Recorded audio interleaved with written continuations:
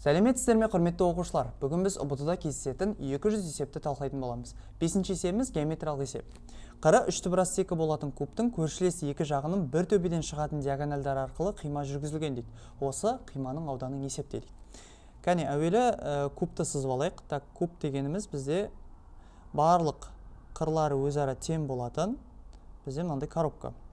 Я, так, мынау көрінбейтін артқы тұсы бар. Бұны да бүйтіп сызып қойын. Міне осындай. Енді айтады, бұның қыры 3/2 дейді. Яғни бұның бір қырын 3/2 десем, барлық қыры да бізде 3/2 кетеді.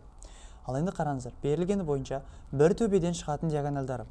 Давайте біз бүйтейік. Мына төбесін, бізге қарап тұрған төбесін, алайықта осы жақтан екі диагональ сызайық.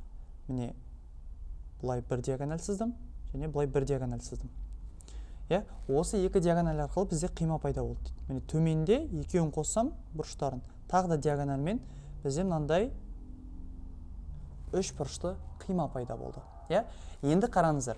Егер менде кубтың бір қыры 3/2 болса, мынау да 3/2 болатын болса, бір беті квадрат қой, ал квадраттың диагоналі бізде 3/2-ні тағы да 2/2-ге көбейткенге тең болады.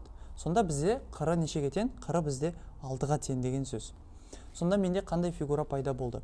Менде үш бұрыш пайда болды. Оның барлық қырлары диагональ болғандықтан барлық жағы неге тең? 6-ға тең. Енді маған аудан тап десе, формуланы білеміз. А квадрат түбірасты 3 бөлінген 4. Бұл дұрыс үшбұрыштың формуласы ауданның. Енді бұны есептейтін болсақ, А-ның орнына мен 6-ны қоям. 6-ның квадраты 36. 36-ны 4-ке бөлетін болсам, 9 түбірастында 3 шығады. Яғни А жауап нұсқасы. Барлығы түсінікті болды деп ойлаймын. Лайк басып, комментарий қалдыр.